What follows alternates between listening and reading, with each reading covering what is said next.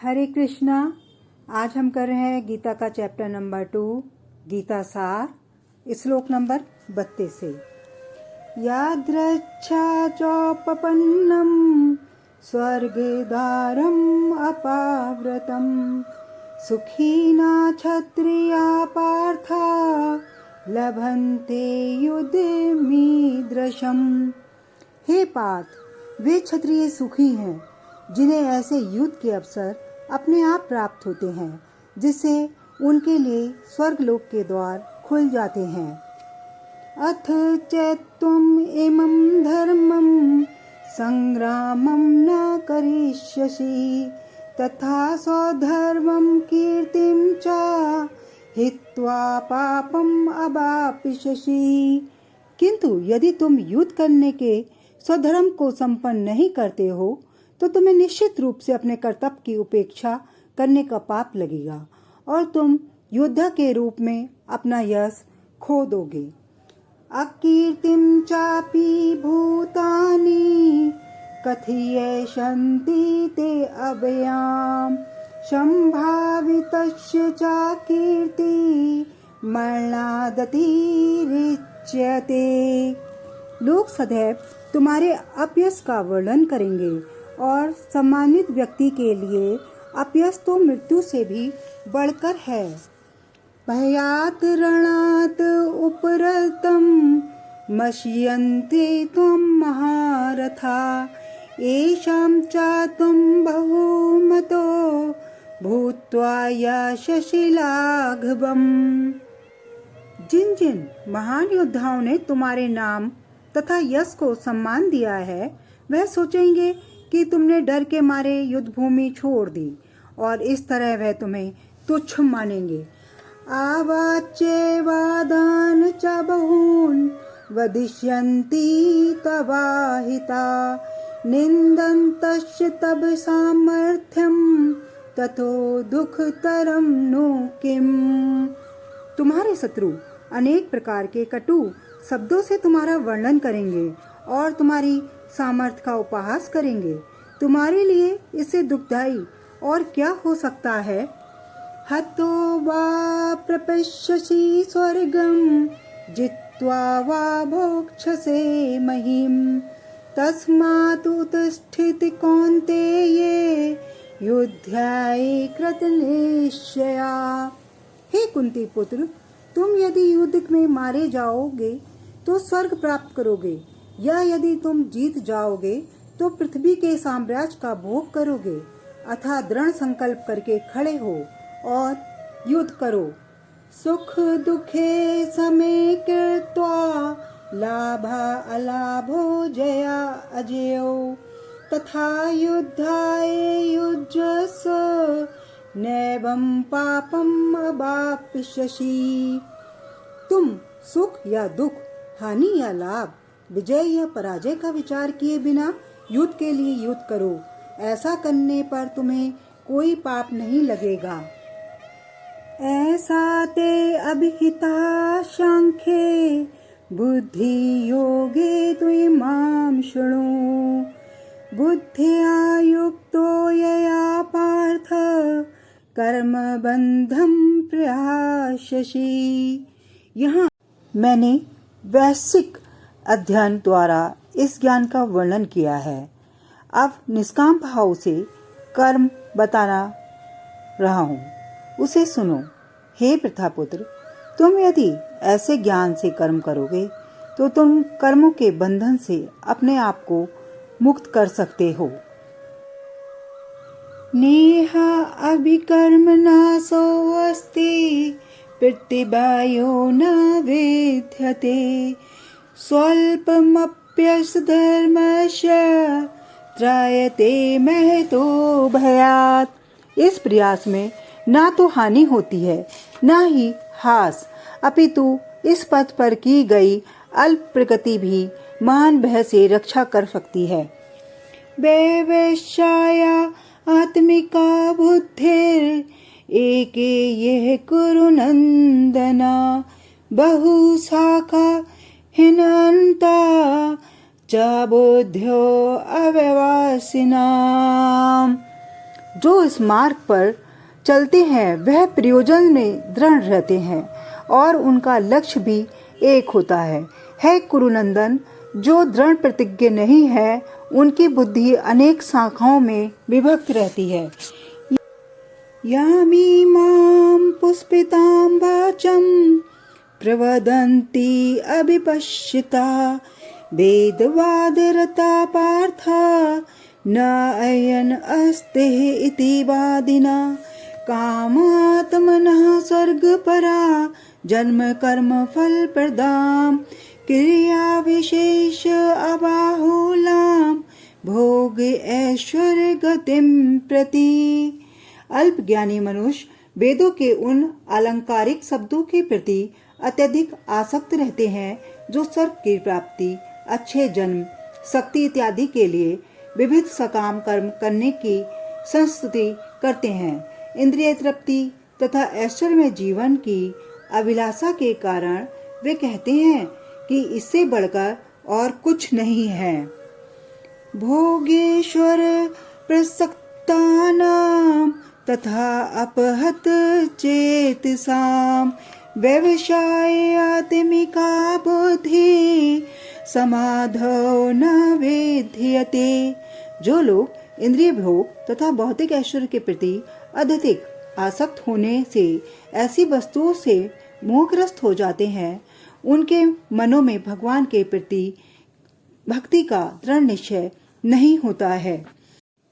त्रिगुण विषया वेदा निस्त्रिगुणयो भवार्जुन निद्वंद्वो नित्य सत्स्थो निर्योग क्षेम आत्मवान। वेदों के मुख्यालय प्रकृति के तीनों गुणों का वर्णन हुआ है। हे अर्जुन, इन तीनों गुणों से ऊपर उठो, समस्त द्वैतों तथा लाभ तथा सुरक्षा की सारी चिंताओं से मुक्त होकर आत्मपरायण बनो। यावान अर्थ उद्दीपाने सर्वथा संप्लुतोदिके तावान सर्वेषु वेदेषु ब्राह्मणस्य विजानता। एक छोटे से कूप का सारा कार्य एक विशाल जलाशय से तुरंत पूरा हो जाता है। इसी प्रकार वेदों की आंतरिक तात्पर्य जानने वाले को उनके सारे प्रयोजन सिद्ध हो जाते हैं। कर्मणि एवाधिकारस्ते मा फलेषु कदाचना मा कर्मफल हेतुर्भू मा ते संगोऽस्तु कर्मणि। तुम्हें अपना कर्म करने का अधिकार है, किंतु कर्म के फलों के तुम अधिकारी नहीं हो। तुम ना तो कभी अपने आप को अपने कर्मों के फलों का कारण मानो, न ही कर्म ना करने में कभी आसक्त हो। योगस्था कुरु कर्माणि संगम त्यक्त्वा धनंजय सिद्धि असिद्ध्यो समाभूत्वा समत्वं योग उच्यते। हे अर्जुन, ये जय अथवा पराजय की समस्त आसक्ति त्याग कर समभाव से अपना कर्म करो, ऐसी समता योग कहलाती है। दूरेण ही अवरम कर्म बुद्धि योगात धनंजय बुद्धो शरणम अनिविच्छ कृपणा फल हेतुवा। हे धनंजय, भक्ति के द्वारा समस्त गृहीत कर्मों से दूर रहो और उसी भाव से भगवान की शरण ग्रहण करो। जो व्यक्ति अपने सकाम कर्म फलों को भोगना चाहते हैं वे कृपण हैं।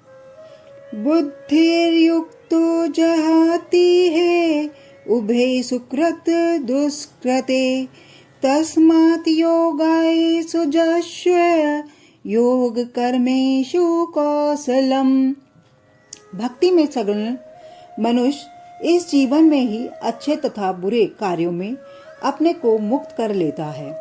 यथा योग के लिए प्रयत्न करो, क्योंकि सारा कार्य कौशल यही है। कर्मजं बुद्धि युक्ता ही फलम त्यक्त्वा मनीषिणा जन्म बंधन विनिर्मुक्ता पदम गच्छन्ति अनामयम। इस तरह भगवत भक्ति में लगकर बड़े बड़े ऋषि, मुनि अथवा भक्तगण अपने आप को इस भौतिक संसार में कर्म के फलों से मुक्त कर लेते हैं। इस प्रकार वे जन्म मृत्यु के चक्र से छूट जाते हैं और भगवान के पास जाकर उस अवस्था को प्राप्त करते हैं जो समस्त दुखों से परे है। यदा ते मोह कलिलम बुद्धिर्व्यतितरिष्यति तदा गन्तासि निर्वेदम श्रोतव्यश् श्रुतस्य च। जब तुम्हारी बुद्धि मोह रूपी सघन वन को पार कर जाएगी तो तुम सुने हुए तथा सुनने योग सबके प्रति अनमनस्क हो जाओगे। श्रुति प्रतिपन्नाते यदा स्थायति निश्चला समाधौ अचला बुद्धि तथा योगम अवाप्स्यसि। जब तुम्हारा मन वेदों के अलंकारमयी भाषा से विचलित न हो और वह आत्म साक्षात्कार की समाधि में स्थिर हो जाए, तब तुम्हें दिव्य चेतना प्राप्त हो जाएगी। अर्जुनः उवाच स्थितप्रज्ञस्य का भाषा समाधिस्तस्य केशवा स्थितिः किं प्रभाषेत किमा आसीत व्रजेत किम। अर्जुन ने कहा, हे कृष्ण, आध्यात्म में लीन चेतना वाले व्यक्ति के क्या लक्षण हैं? वह कैसे बोलता है तथा उसकी भाषा क्या है? वह किस तरह बैठता और चलता है? श्री भगवान उवाच प्रजहाति यदा कामान सर्वान् पार्थ मनोगतान् आत्मनि एव आत्मना तुष्ट स्थित प्रज्ञस्तदो उच्यते। श्री भगवान ने कहा, हे पार्थ, जब मनुष्य मनोधर्म से उत्पन्न होने वाली इंद्रिय तृप्ति की समस्त कामनाओं का परित्याग कर देता है और जब इस तरह से विशुद्ध हुआ उसका मन आत्मा में संतोष प्राप्त करता है, तो वह विशुद्ध दिव्य चेतना को प्राप्त कहा जाता है। दुखेषु अनुदिग्न मना सुखेषु विगत स्पृहा वीतराग भय क्रोधा स्थितिः मुनि उच्यते। जो त्रय तापों के होने पर भी मन में विचलित नहीं होता अथवा सुख में प्रसन्न नहीं होता और जो आसक्ति, भय तथा क्रोध से मुक्त है, वह स्थिर मन वाला मुनि कहलाता है। या सर्वत्र अन्विष्णेह तत् प्राप्य शुभ अशुभम न अभिनंदति न देष्टि तस् प्रज्ञा प्रतिष्ठिता। इस भौतिक जगत में जो व्यक्ति न तो सुख की प्राप्ति से हर्षित होता है और न अशुभ के प्राप्त होने पर उससे घृणा करता है, वह पूर्ण ज्ञान में स्थिर होता है। यदा संहर्ते चायं कूर्मो अगानिव इव सर्वसा इंद्रियाणीन्द्रिया अर्थेभ्यश्च तस्य प्रज्ञा प्रतिष्ठिता। जिस प्रकार कछुआ अपने अंगों को संकुचित करके खोल के भीतर कर लेता है, उसी तरह जो मनुष्य अपनी इंद्रियों को इंद्रिय विषयों से खींच लेता है, वह पूर्ण चेतना से दृढ़ पूर्वक स्थिर होता है। विषया विनिर्वर्तन्ते निराहारस्य देहिना रसवर्जं रसोऽप्यस्य परम दृष्टा निवर्तते। देहधारी जीव इंद्रिय भोग से भले ही निवृत्त हो जाए, पर उसमें इंद्रिय भोगों की इच्छा बनी रहती है। लेकिन उत्तम रस के अनुभव होने से ऐसे कार्यों को बंद करने पर वह भक्ति में स्थिर हो जाता है। यत्तो अहि अपि कौन्तेय पुरुषः विपश्चितः इंद्रियाणि प्रमाथीनि हरन्ति प्रशुभं मना। हे अर्जुन, इंद्रियां इतनी प्रबल तथा वेगवान हैं कि वह उस विवेकी पुरुष के मन को भी बलपूर्वक हर लेती हैं, जो उन्हें बस में करने का प्रयत्न करता है। तानि सर्वाणि संयम में युक्त आसीत मत्परा वसे हि यश इंद्रियाणि तस् प्रज्ञा प्रतिष्ठिता।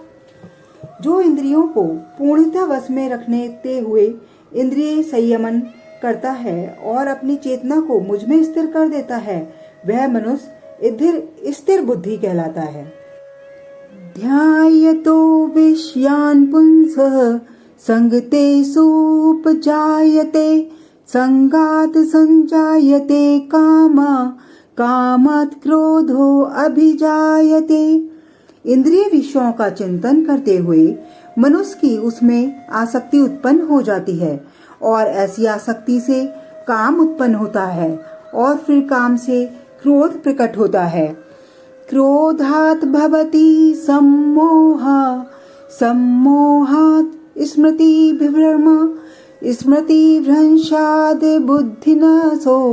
बुद्धिनाशात् प्रणश्यति।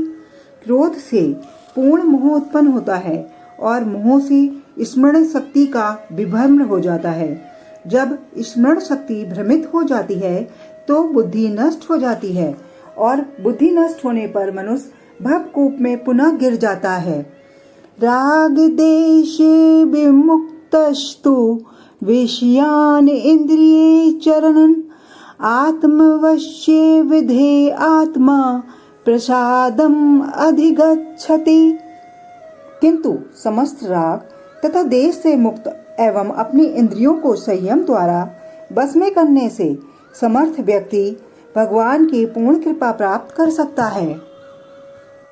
प्रसादे सर्व दुःखानां हानिरस्योपाजयते प्रसन्नचेतसो ह्रासो हि बुद्धि पर्यवतिष्ठते।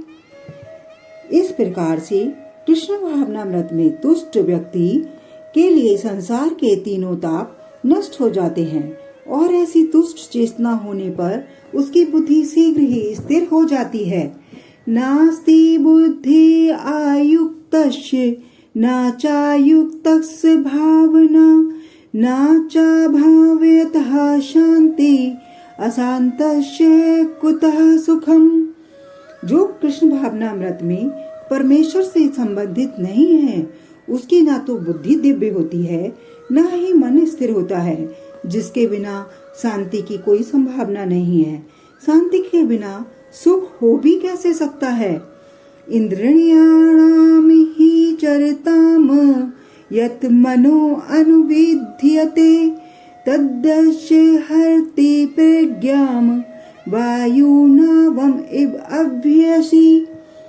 जिस प्रकार पानी में तैरती नाव को प्रचंड वायु दूर भगा ले जाती है, उसी प्रकार विचरणशील इंद्रियों में से कोई एक जिस पर मन निरंतर लगा रहता है, मनुष्य की बुद्धि को हर लेती है। तस्मात् तस्य महाभावो निगृहीतानि सर्वसा इंद्रियाणि इंद्रिया अर्थेभ्य तस्य प्रज्ञा प्रतिष्ठिता। अतः हे महाभावो, जिस पुरुष की इंद्रियां अपने अपने विषयों से सब प्रकार से विरक्त होकर उसके बस में हैं, उसी की बुद्धि निसंदेह स्थिर है। या निशा सर्वभूतानां तस्यां जागर्ति संयमी यस्यां जागर्ति भूतानि सा निशा पश्यतो मुने। जो सब जीवों के लिए रात्रि है, वह आत्म संयमी के जागने का समय है, और जो समस्त जीवों के जागने का समय है, वह आत्म निरीक्षक मुनि के लिए रात्रि है। अपूर्णमाणम् अचल प्रतिष्ठम् समुद्रमापा प्रविशन्ति यद्दत् तत्तदा कामा यं प्रविशन्ति सर्वे सा शान्तिमाप्नोति न कामकामी। जो पुरुष समुद्र में निरंतर प्रवेश करती रहने वाली नदियों के समान इच्छाओं के निरंतर प्रवाह से विचलित नहीं होता और जो सदैव स्थिर रहता है, वही शांति प्राप्त कर सकता है। वह नहीं जो ऐसी इच्छाओं को तुष्ट करने की चेष्टा करता हो। विहाय कामान या सर्वान् पुमान् चरति निःस्पृहा निर्ममो निरहंकारा सा शांतिम अधिगच्छति। जिस व्यक्ति ने इंद्रिय तृप्ति को समस्त इच्छाओं का परित्याग कर दिया है, जो इच्छाओं से रहित रहता है, जिसने सारी ममता त्याग दी है और अहंकार से रहित है, वही वास्तविक शांति को प्राप्त कर सकता है। ऐसा ब्राह्मी स्थिति पार्था नैनां प्राप्य विमुह्यति स्थित्वा अस्याम अनंत काले अपि ब्रह्म निर्वाणं रक्षति। यह आध्यात्मिक तथा ईश्वरीय जीवन का पथ है, जिसे प्राप्त करके मनुष्य मोहित नहीं होता। यदि कोई जीवन के अंतिम समय में भी इस तरह स्थित हो तो वह भगवत धाम में प्रवेश कर सकता है। हरे कृष्णा। यहाँ पर हमारा गीता का 2वां अध्याय संपूर्ण हुआ।